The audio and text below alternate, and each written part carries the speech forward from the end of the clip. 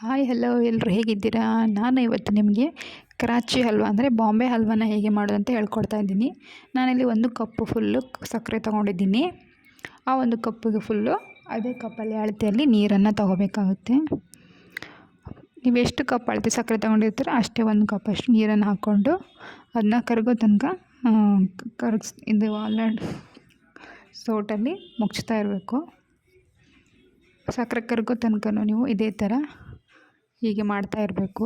ಇಲ್ಲ ಅಂದರೆ ಅದು ಒಂದು ಕಡೆ ಸಕ್ಕರೆ ಕರಗೋಲ್ಲ, ಆ ಥರ ಆಗಿಬಿಡುತ್ತೆ. ನೋಡಿ ಈ ಥರ ಇದೇನು ಪಾಕ ಬರೋದೇನು ಬೇಡ. 1-2 ಕುದಿ ಚೆನ್ನಾಗಿ ಕುದಿ ಬಂದರೆ ಸಾಕು. ನೋಡಿ ಇವಾಗ ಕುದಿ ಬರ್ತಾ ಇದೆ. ಈಗ ಕುದಿ ಬರ್ತಾ ಇರುವಾಗ ನೀವು ಒಂದು 7-8 ಸ್ಪೂನ್, ದೊಡ್ಡ ಸ್ಪೂನಲ್ಲಿ 7-8 ಸ್ಪೂನ್ ಆಗುವಷ್ಟು ಕಾರ್ನ್ ಫ್ಲೋರನ್ನು ಫುಲ್ ಆಫ್ ನೀರಲ್ಲಿ 1 ಕಪ್ ನೀರಲ್ಲಿ 7-8 ಸ್ಪೂನು ಕಾರ್ನ್ ಫ್ಲೋರನ್ನು ಚೆನ್ನಾಗಿ ಕರಡಿಟ್ಕೊಂಡು ಅದನ್ನು ಹಾಕ್ಕೋಬೇಕು. 7-8 ಸ್ಪೂನ್ ಅಳತೆಯಲ್ಲಿ ಕಾರ್ನ್ ಫ್ಲೋರನ್ನು 1 ಕಪ್ ನೀರಿನಲ್ಲಿ ಅದನ್ನು ಚೆನ್ನಾಗಿ ಮಿಕ್ಸ್ ಮಾಡಿಕೊಂಡು ಇದಕ್ಕೆ ಹಾಕ್ಕೋಬೇಕು. ಇದನ್ನು ಮಿಕ್ಸ್ ಮಾಡಿದ ಮೇಲೆ ನೋಡಿ, ಇದನ್ನು ನೀವು ಮುಚ್ತಾನೇ ಇರಬೇಕು. ಕೈ ಬಿಡೋಂಗಿಲ್ಲ. ಕೈ ಬಿಡದೆ ಮುಚ್ಚಿದಾಗ ಈ ಥರ ದಪ್ಪ ಆಗ್ತಾ ಬರುತ್ತೆ. ಕಾರ್ನ್ ಫ್ಲೋರ್ ಆ್ಯಡ್ ಮಾಡಿದ ತಕ್ಷಣ ನೀವು ಕೈ ಬಿಡದೆ ತಿರ್ಗಿಸ್ತಾನೇ ಇರಬೇಕು. ಆವಾಗ ಈ ಥರ ಕನ್ಸಿಸ್ಟೆನ್ಸಿ ಬರುತ್ತೆ. ನೋಡಿ ಈ ಥರ ದಪ್ಪ ಆಗ್ತಾ ಬರುತ್ತೆ. ಈ ಥರ ತಳ ಬಿಡ್ಕೊಳ್ತಾ ಬರುತ್ತೆ. ಆವಾಗ ತುಪ್ಪನ ಹಾಕ್ಕೋಬೇಕು. ದೊಡ್ಡ ಸ್ಪೂನಲ್ಲಿ ಒಂದು ಸ್ಪೂನ್ ತುಪ್ಪ ಹಾಕ್ಕೊಳ್ಳಿ.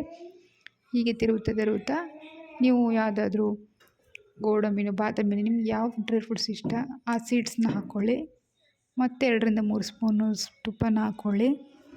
ಹೀಗೆ ಮುಚ್ತಾ ಇರಿ ತಳ ಬಿಡೋ ತನಕ ಕೈ ಆಡಿಸ್ತಾನೇ ಇರಬೇಕು. ಆಮೇಲೆ ನಿಮಗೆ ಫುಡ್ ಕಲರ್ ಬೇಕಂದರೆ ಯೆಲ್ಲೋ, ಗ್ರೀನ್ ಯಾವುದಾದ್ರೂ ಹಾಕ್ಕೊಳ್ಳಿ. ನಾನಿಲ್ಲಿ ಟರ್ಮರಿಕ್ ಪೌಡ್ರನ್ನು ಯೂಸ್ ಮಾಡ್ಕೊಂಡಿದ್ದೀನಿ. ಫುಡ್ ಕಲರ್ ಬೇಡ ಅಂತ ಇದನ್ನು ಹಾಕ್ಕೊಂಡಿದ್ದೀನಿ. ಇದು ಚೆನ್ನಾಗಿರುತ್ತೆ. ನಾವು ಟರ್ಮರಿಕ್ ಪೌಡ್ರ್ ಹಾಕಿದ್ದೀವಿ ಅಂತಲೇ ಗೊತ್ತಾಗಲ್ಲ. ನೀವು ಬೇಕಾದ್ರೆ ಆಪ್ಷನ್ ನಿಮಗೆ ಇಷ್ಟ ಫುಡ್ ಕಲರ್ ಹಾಕ್ಕೋಬೋದು. ನೋಡಿ ಈ ಥರ ನಾವು ಈಗ ಎತ್ತಿ ಬಿಟ್ಟಾಗ ಅದು ಸ್ಲೋಲಿ ಕೆಳಗೆ ಬೀಳಬೇಕು. ಆವಾಗ ರೆಡಿಯಾಗಿದೆ ಅಂತ ಅರ್ಥ. ನೋಡಿ ತಳ ಬಿಡ್ತಾ ಬರುತ್ತೆ. ಆವಾಗ ಇನ್ನೊಂದು ಸ್ಪೂನ್ ತುಪ್ಪ ಹಾಕ್ಕೊಂಡು ಮತ್ತೆ ಹೀಗೆ ಮಿಕ್ಸ್ ಮಾಡ್ಕೊಳ್ತಾ ಇರಿ. ಒಟ್ಟು ಟೋಟಲ್ 4 ಸ್ಪೂನ್, ದೊಡ್ಡ ಸ್ಪೂನ್ 4 ಸ್ಪೂನಷ್ಟು ತುಪ್ಪ ಹಾಕ್ಕೊಳ್ಳಿ. ಇವಾಗ ಇದನ್ನು ನಾನು ಒಂದು ಕೇಕ್ ಟಿನ್ನಿಗೆ ಹಾಕ್ಕೊಳ್ತೀನಿ. ನೀವು ಬೇಕಾದರೆ ಯಾವುದಾದ್ರೂ ಅಗಲವಾದ ಒಂದು ಪ್ಲೇಟು ಅಥವಾ ದಪ್ಪವಾದ ಏನಾದರೂ ಒಂದು ಪಾತ್ರೆಗೆ ಹಾಕ್ಕೋಬೋದು. ನಾನಿಲ್ಲಿ ಇದಕ್ಕೆ ಹಾಕ್ಕೊಳ್ತಾ ಇದ್ದೀನಿ.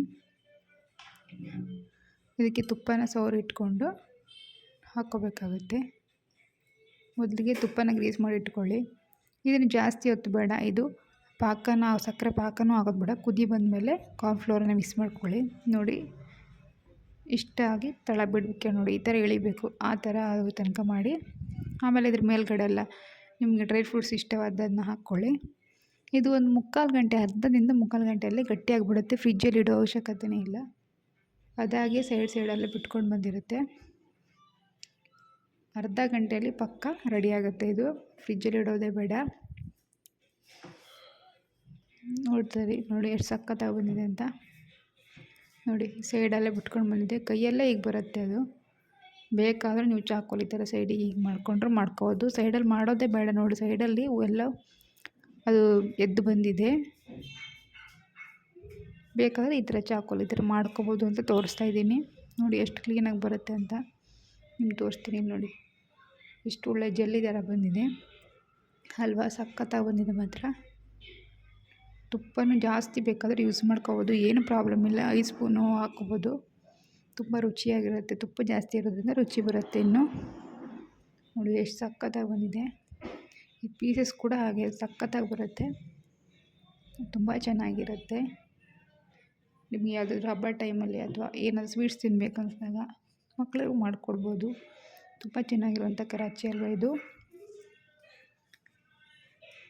ಇದನ್ನು ನೀವು ಮಾಡಿ ನೋಡಿ. 8-9 ಸ್ಪೂನ್ ಹಾಕ್ಬೋದು, 7 ಸ್ಪೂನ್ ಹಾಕ್ಬೋದು. ಕಾರ್ನ್ ಫ್ಲೋರು 1 ಕಪ್ ನೀರನ್ನು ಮಿಕ್ಸ್ ಮಾಡಿ ಇಟ್ಕೊಳ್ಳಿ. 1 ಕಪ್ ಸಕ್ಕರೆ, ಅದೇ ಕಪ್ಪಲ್ಲಿ ಅಳತೆಯಲ್ಲಿ ನೀರನ್ನು ಸೇರಿಸ್ಕೊಂಡು ಒಂದು 4-5 ಸ್ಪೂನು ತುಪ್ಪ ಇದ್ದರೆ ಸಾಕು. ಸಖತ್ತಾಗಿದೆ. ನೀವು ಮಾಡಿ ನೋಡಿ. ಇಷ್ಟ ಆದರೆ ಕಮೆಂಟ್ ಮಾಡಿ, ಲೈಕ್ ಮಾಡಿ, ಹಾಗೆ ಸಬ್ಸ್ಕ್ರೈಬ್ ಮಾಡೋದನ್ನ ಮರಿಬೇಡಿ. ನೋಡಿ ಎಷ್ಟು ಸಖತ್ತಾಗಿ ಬಂದಿದೆ. ಎಲ್ರಿಗೂ ಥ್ಯಾಂಕ್ ಯು. ಶೇರ್ ಮಾಡಿ, ಕಮೆಂಟ್ ಮಾಡಿ. ಬಾಯ್ ಬಾಯ್.